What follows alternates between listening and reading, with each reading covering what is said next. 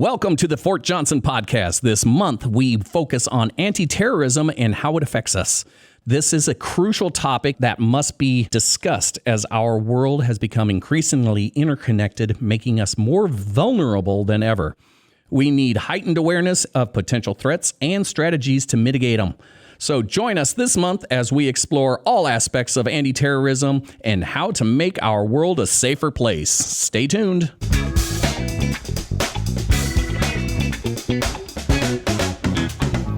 Good morning, good afternoon, good evening. Whenever you are listening to this podcast, I am Jeff England from the Fort Johnson Public Affairs Office, and you are listening to the Fort Johnson podcast. Today, we'll be talking about anti-terrorism, as this month is the anti-terrorism month, but we should be practicing it all year long. And today with me, I've got four special guests. Mitchell Smith, he's an anti-terrorism officer with DPTMS. How are you doing? Good, sir. How are you? That is awesome. I'm awesome. Everything's awesome. Everything is... Wait, what is it? Everything is awesome. Everything is awesome. You're part of a team. The Lego movie. And we've got Adam Lynn, another anti-terrorism officer from DPTMS. How are you doing? Doing good, thanks. That's good. And we've got Amanda Pete. She is physical security at DES. Hi. How are you doing? I'm doing great. Are you sure? Yeah, I think I am. Oh, great. And we've got Captain Darren Owenby from 310, security officer. Hey, how you doing? Our anti-terrorism officer. Yes, I'm the anti-terrorism officer for the brigade as well as the provost marshal. Oh, and the provost marshal. For 310. Yeah. Oh, sweet. That sounds like an important job. It's a busy job. Busy? Yeah. Lots of terrorism around here? Terrorism's a part of it. There's a lot more that goes into it. Nice. So we've got the whole month is Anti-Terrorism Awareness Month, and are we still doing the if you see something, say something campaign, or have we changed that? No, that's still the campaign. See something, say something. Nice. And I usually see something and say something, but I rarely hear things because my hearing's going. I hear a high pitched tune. It's like a lot. But anyways, I hear terrorism's an enduring, persistent worldwide threat of the to the armed forces in addition to all of the other soft targets, and we'll get into what a hard target and a soft target is. But why don't you tell us a little about what's involved in being an anti-terrorism officer for Fort Johnson? First thing, it's being an anti-terrorism officer. It's putting out the information to protect the community, family members, soldiers, and civilians, and heightening awareness, within the community. Yeah, there's a lot. We go through so much training, and especially when you're overseas, it's even more than here. We've got, and some of the things that I remember from, anti-terrorism, don't be a target, don't make yourself a target kind of thing. Don't stand out in a crowd. Don't change your path to work every day. Just take different places and all that stuff. And it's really hard when you live on a peninsula. There's only one way in and one way out. But there's so what kind of training do we have around here? It's I know there's a lot of online training. Yes, we do online training out there for the soldiers and family members. AT level 1, it goes through a lot of the things what to do and what not to do. We also do in-person training we offer that to the family members, to the units. Oh, so it's not just the soldiers out there. It's civilians and family members too. That is correct. Nice. Everyone's a target. I mean, everyone needs the training. So, and now you're all anti-terrorism officers. What exactly is anti-terrorism? Sir, I have to correct you. I'm not an anti-terrorism officer. There's 3 anti-terrorism officers and a physical security officer. Thank you. From the Department of Emergency Services. I really should point. I should I should spell out all of these acronyms and initialisms in here. DPTMS, Department of Plans, Trainings, Management. Mobilization. I don't know. Mobilization. Okay, so and So 310. We don't need to. That's self-explanatory. Yeah, everybody knows who we are. Everybody knows 310. So, what is anti-terrorism? It's really a preventive measure. So preventing us against terrorism threats that are out there. But there's a lot of things that go into it. There's risk management, planning, training, as we just discussed, education. So this month, August being Anti-Terrorism Awareness Month, we will get out there and try to educate the Fort Johnson community. So in doing that, we're doing this podcast. We're doing a couple of radio spots. We're also be canvassing the Fort Johnson community with kiosks that we set up at both the PX and commissary, kind of like explaining what anti-terrorism is, just as we are right now, so that they understand and how the community can help with that. Just like you had said earlier, Jeff, it is kind of everyone's responsibility. We still have that See Something, Say Something campaign, and we want the community to know what to report and how to report. Ooh, that iWatch, right? Exactly. Yeah, which is not it's not an Apple Watch, it's an iWatch. iWatch, is that what they call those things? It's an iWatch. Yeah, iWatch is nothing more than the, if we all remember the old neighborhood watch. I don't remember what I came into this room for. But anyway, it's a program. Again, see something, say something. There's several ways you can do that. Through calling your local DES. There's also a website you can go to that's on the Fort Johnson website. It's still getting hard. It's still hard to say it, isn't it? Yes, it is. Yes, it is. Almost there for poke. But on the Fort Johnson website, there's a app that you can click on if you saw something suspicious. You click on that and report what you saw, and it goes to the appropriate agencies to follow up. I've actually reported suspicious things to especially the guards out at the gate. It's like there's a car just sitting there like down the street but watching the gate, just sitting there, and it's like that's kind of suspicious, probably benign, but it's so I mentioned it, and it's like, no, he was just trying to find some directions. But hey, better safe than sorry, no harm, no foul. Well, that's a perfect example. So it didn't seem right to you, so you went ahead and reported it as people should, because if it looks or feels suspicious, it probably is. And it might be nothing, just like you said, but you never know. It could be something more significant. Yeah, that's what those barriers are for. If something's very suspicious going through the gate, they put up that barrier and you can't go any farther. Yeah, That's a good point. or they just close the gate down and say, no, you can't go through this gate anymore, like the back gate over there. So the anti-terrorism. Now, I keep hearing the differences. I keep hearing two different main things, like anti-terrorism and combating terrorism. Now, what's the difference between, or how do they differ? The anti-terrorism, how does that differ from combating terrorism? Well, in combating terrorism, anti-terrorism is really the defensive or preventative way to go about combating terrorism. So we aren't going out there and aggressively seeking out terrorists right now as anti-terrorism officers to, destroy them or kill them. We'll leave that to the 310. Right, exactly. Yeah. So you leave that to the we're just units. preventive. We're not going out and fighting them. That's combating, and then we're just, hey, watch out. So raise it up. Yeah, and here more the garrison or CONUS rather than overseas in deployment setting. Yeah, it is kind of different overseas, isn't it? Yeah, much. Captain. Have you been overseas? No, I have not. No. Oh, look at that. We got something on you, huh? Fair enough. Yeah, it should be fun over there. Try going to Vicenza. It's great.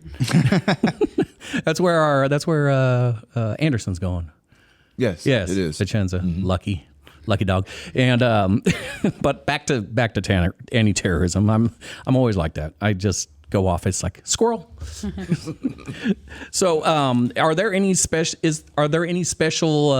higher level risks? Well, not risks, but precautions that the gate does, like for DES? So that's a great plug for me, right? It's my way of getting you to talk. That's great. It's a great plug there. So with the access control, right, it is well nested with the anti-terrorism, right? Because we have to deploy anti-terrorism measures. And one of those things are those everybody's favorite vehicle inspections, also known as random anti-terrorism measures. Everyone enjoys them. They're such a hoot when they come through and we stop you and it's 100 degrees outside. Oh my God. I got pulled over. I got pulled over for those things for like it was like this 1 month. It seemed like almost every other time I went through the gate, I was getting pulled over. By the time it was almost over, they'd pull me over. It's like, okay. And before he even had anything to say, I just had everything open and ready to go. And he's our like, favorite customer. Oh, you've been through this before, huh?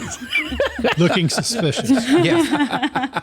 We love when you're seasoned and you just pop out and you're ready to go. We get you on your way. So that's a great point out that we do random anti-terror measures. We do random trunk checks and things like that. Not as often, right? But definitely all part of that, trying to keep we're trying to look hardened and feel hardened to our adversaries, right? That's the point of it, right?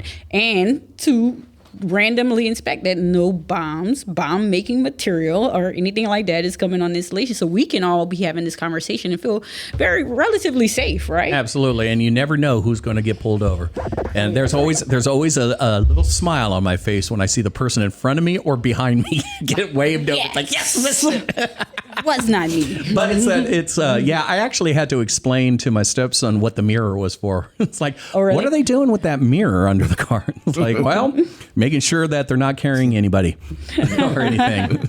We're also making sure you don't have any bust pipes or anything, like joking. That's not what we're looking for. You're missing a muffler in here. Yeah. So we've got the anti-terrorism and, we don't have a lot of this. We don't have a lot of terrorism in America.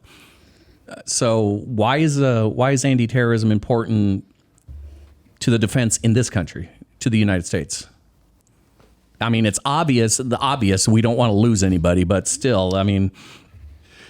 Well, I think 9/11 is where it really, we had heightened awareness and kind of woke up America and Americans as to terrorist threats can strike on U.S. soil, and that is persistent and worldwide threat that still is out there to armed forces and DOD. So there's still those ideologies that are out there and beliefs, and even,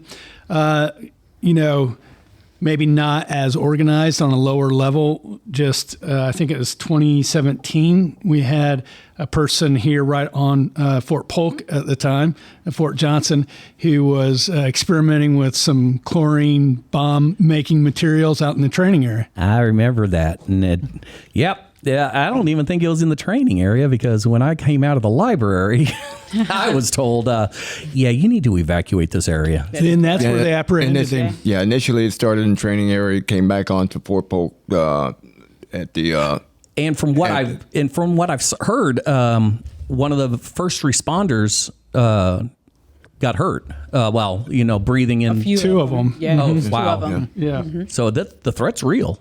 Yes, the threat is real. Just because we haven't seen anything lately doesn't mean it's not there, and it doesn't mean that they're not planning something or trying to find our weaknesses and probing and poking.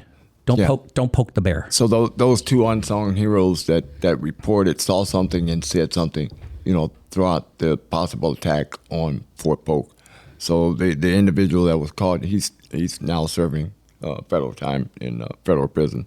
About 11 years. So ouch. That's such a great point. Yeah, that it worked, right? If they had not said something, he was planning a greater impact attack. A more widespread impact. I just don't get why people want to do that. Why do people want to hurt other people? It's just It just baffles my mind. Well, in most cases, they become their ideologies. You get these other countries to try and radicalize Westerners to come to their side and do harm, to the United States. Okay. I keep hearing the pounding on the desk down there. Is it me? Yeah, it's you. I have all my meters over here. I could see who's making what noises. I'm moving my arm. I'll keep perfectly still. Keep perfectly still. You don't want their vision is based on motion. So the Army installations, the organizations and activities, how are they? Are they periodically evaluated? Are they tested and to check to see how good they're doing?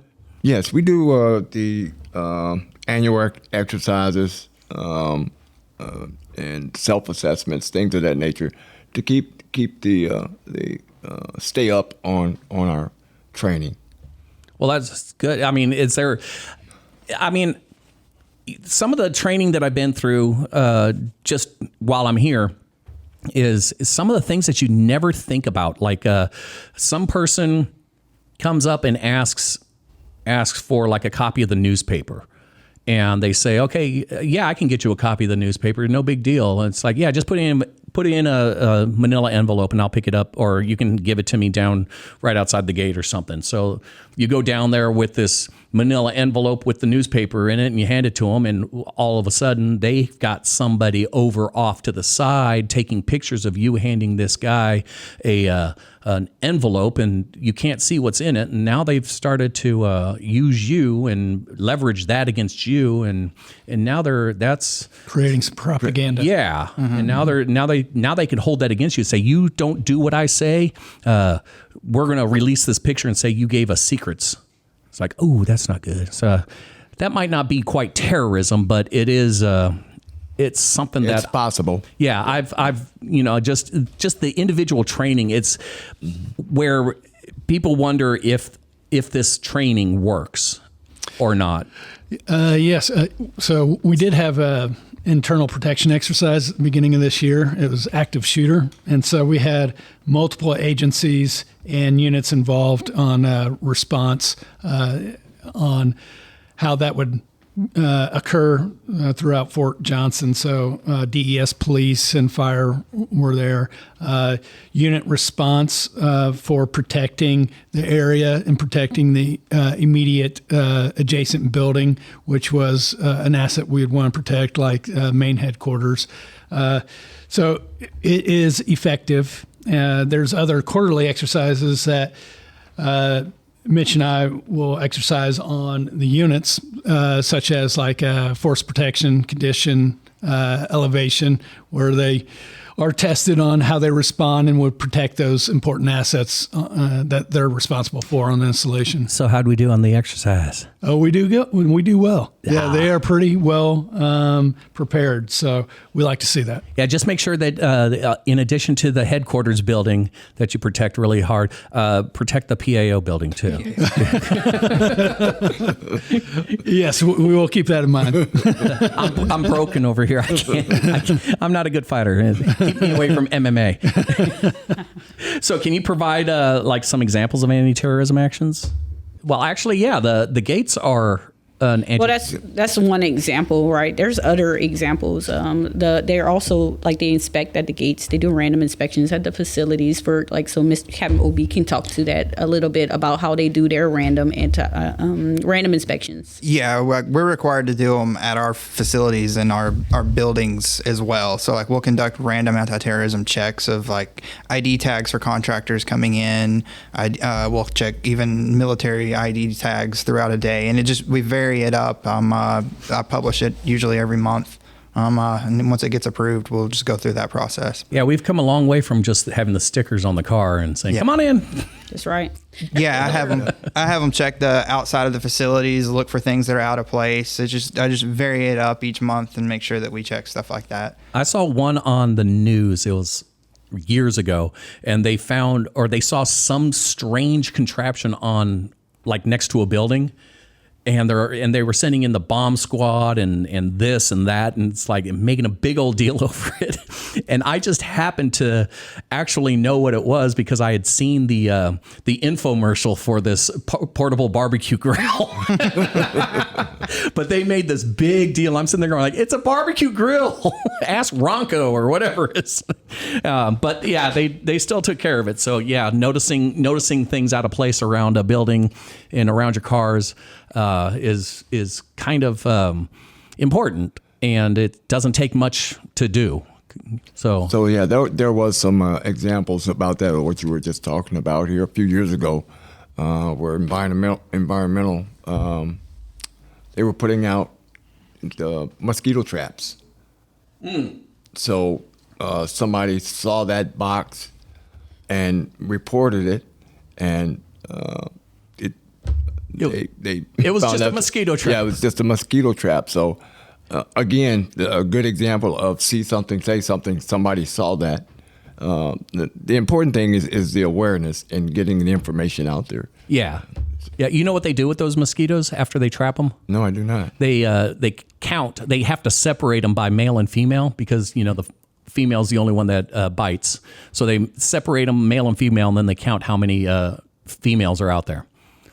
Yeah. Interesting. I did a whole story on it over in Korea. So now I know how to tell the difference between a male and a female mosquito. So I'll talk to you later about it. We'll get all up into it. So who's the lead staff agency for anti-terrorism? So the Department of the Army G357, they provide all the guidance and policies. Sounds like a sitcom. Yeah. 357. They provide all the guidance, coordination, and staff supervision, for operations and readiness, mobilization. Okay, so the guidance for the Army, so wouldn't that fall under like the Provost Marshal and? Yeah. Does it? OPMG? OPMG. OPM, other people's money. Yeah. No, that's the wrong acronym. Yeah. Oh, okay. The Office of Personnel Management. Yeah, we don't get any money. Yeah, I never get any money. Yeah. I keep going for that for the retirement system, but every Tuesday and Friday my numbers don't come up, so I don't get to retire. So, what training does the Army offer for individual anti-terrorism awareness? There's actually 4 levels of anti-terrorism training. Level 1, which is everybody takes that training, whether it be online or in person. They've recently just changed that. With level 1, used to be every year. Now it's triannual.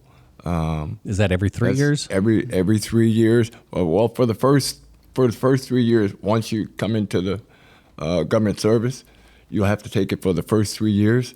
After that, it's every 3 years now. So we get that makes sense though, because once you see it, like the cyber awareness, I could do that test with my eyes closed now.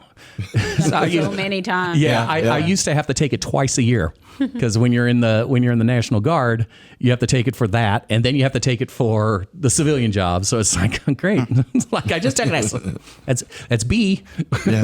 Yeah. So, Mr. Mitch, I have a question for you. Is that triannual the contractors? Because we have contractors on the installation, right? And a lot of them have to to do business here. They have to take the anti-terrorism level 1. Are they also going to fall under that 3-year triannual requirement? So they take it initially, and then they have to take it 3 years if they're still contracting with us? Yes. Okay, Yes. cool. That's good to know. Yep. And you guys have to take the same training, don't you? I mean, you're the anti-terrorism officer. Who trains you? No, there's an advantage to that. So for level 2 training, it's done by MTT, by the schoolhouse. You can go. They come here for a week, or you can go to the resident course. I want to go to the resident course. Where is it? Fort Leonard Wood, Missouri. Darn. You might not want to. No, I'm trying to find. I'm trying to find a school that's over in like Nellis Air Force Base in Las Vegas or something, or what is it, Schofield Barracks? Yeah. Let's Hawaii, go there. yeah. Yeah. So it's course, they teach you all the basic, needs of how to do assessments and things of that nature with level 2. The level, the advanced, there's a basic course, which is your level 2, and then there's also the advanced course. Same thing, but it basically is teaching you how to be a program manager at that level, at level 2. Would that be what you are? The program manager? Program manager. As an Yeah. officer? Yeah, they have the basic and advanced for level 2. Level 3 is for the commanders, 05 and above. It is a which they call the pre-command course. They attend that course. It's a 3-day training out at McLean, Virginia. And then that's it for those type of AT level training that we receive. And where does the ATO, now an ATO is an anti-terrorism officer. It's a little easier to say. Where do the ATOs go to get trained to be an ATO? Are they at? For level 2. Oh, is that what you are? Is level Yes, 2? level Okay, 2. so. Level 2, yes. So they train at the Fort Leonard Wood. Yes. Okay. So going back to the level 2 training, if you are working in that position, we have what they call a refresher course that you can also attend. However, if you're working in that position, continue to work in that position, you don't have to go to the training. But once you fall out of that, the level 2, and you're not doing it, you'd have to take that refresher training for 3. If you're not doing it within 3 years. Oh, okay. You have to go through that training, refresher training, or go to the course again. So the good thing about us for level 2 training that are working in the position, they have what they call a worldwide Army worldwide anti-terrorism seminar, and it's actually virtual. Oh, that's too bad. So It used to be at Disney World, right? it used to be at, yes, it did. I want to go to that. It used to be in Orlando, which I enjoyed several times. So greedy.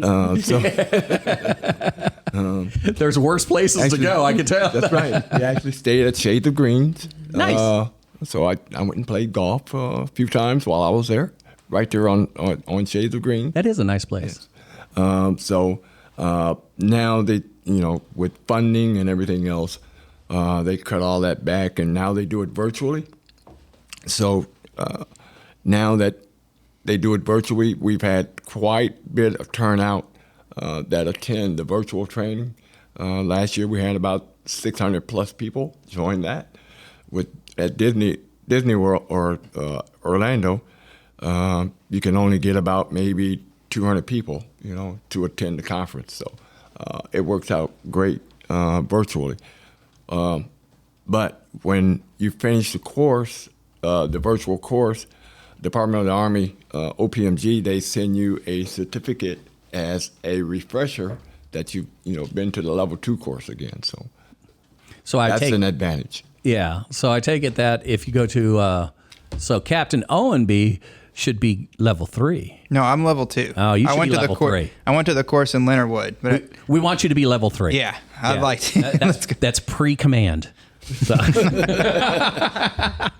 so at the officers selected for command, like at the battalion or brigade level, they get level 3. Correct. That is correct. So you'll be there soon. I hope so. Yeah, and then we'll push you on to a level 4. All right. Now, how many people do you know have taken the level 3 and level 4 courses, which are for the commands? What we do when the garrison commanders come in, we put in a spreadsheet with all their information, and they're nominated by the J33, J34, and they're selected. So it's they're competing. A competition. Okay. Yeah, they're competing for that course because there's only so many for the Yeah, there's only so many openings. Correct. It's just like the podcast, there's only so many openings. Gotta fight for this. Yeah. And let's see. So what are some of the harder things that you've had to do as filling this position? I've been doing it for a while, so it should come second nature. It's pretty much second nature. So I've been in this position for about 20 years now. So I'm getting close to retirement. So. Yeah, that sounds like a great. I'm going to start anti-terrorism at my home. Yep, I'm kind of grooming Adam over there. I can't wait. My goal for retirement is to sit out in my front yard in one of those little kiddie pools, waving at people as they go to work. So we've got 20 years experience just from you alone, and then we got what, 2 months for? It's pretty short in the civilian seat here. Yeah, about a year. So you'll get there. Yeah, You'll be old and grizzly like us. Following in Mitch's footsteps, and he's training me well. So that's we got good workers coming up, and Amanda's over there just saying, yeah. I'm here. Just floating. Just floating. Here. Don't come through my gate. No, we want you to come, and then we want you to go. Like, welcome. Now go home. Oh, that's just like grandkids. Yeah. We want you to come. And we want you to go. I cannot wait. I hope I have grandkids someday. That way I could hype them up on sugar and teach them all the bad things and then send them back home to their dad. And it was like, how do you like it now? I do that now. Oh, you lucky dog. Lucky. So, Captain Omby, how long you been an officer, or not an officer, but a ATO? I've been the 310 ATO for a little over a year now. So you've been through a bunch of the training, up to 2.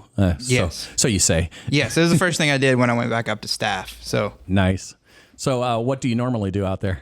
Outside of ATO, because no one ever has just one job. So yeah, I'm the provost marshal. So I work kind of in the 3 shop. I work as the provost marshal. So I assist with AS3 duties, planning. I get projects. Gotcha. But I also do liaisons for DES, stuff like that the commanders throughout the brigade have to deal with, and problems, and I help them solve them all, stuff like that. Well, I hope you don't have a lot of problems that you have to solve.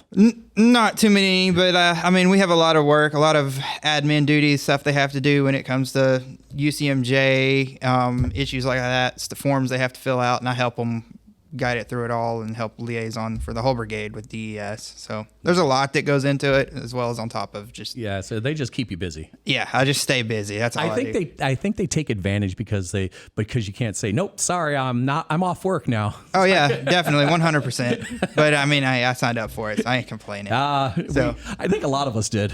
Isn't it great being a civilian? Yeah, it is. It is. Fair enough. You'll be working late tonight. No, I won't. Amanda.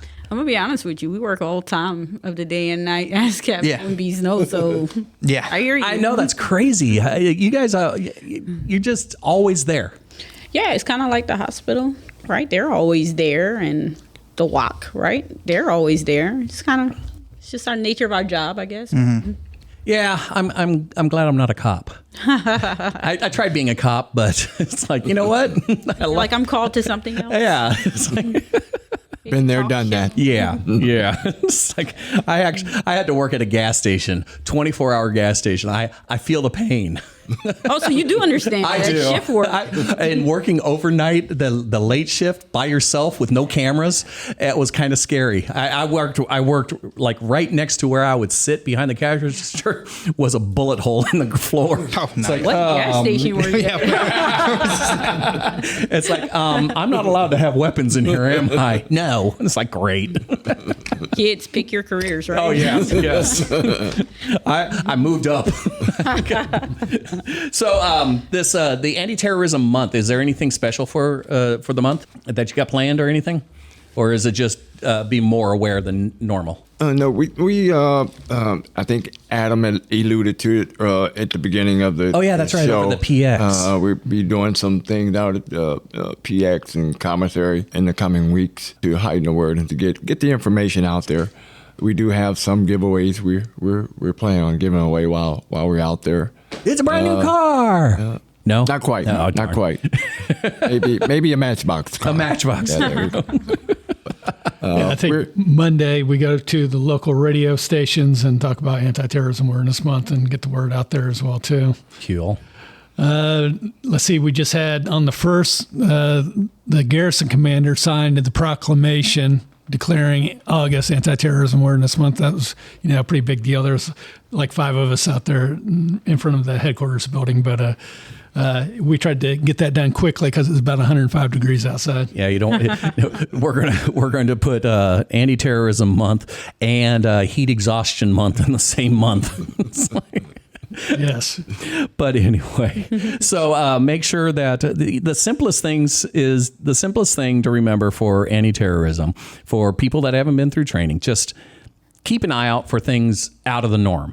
Just look for things. If it looks odd, if it feels odd, let somebody know. Don't keep it to yourself.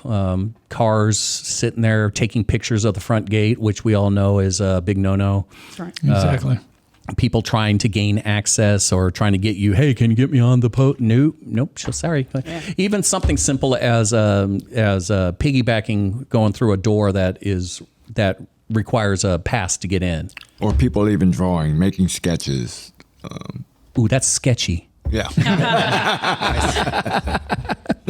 But We talked about a little bit before, but want to kind of touch back on it.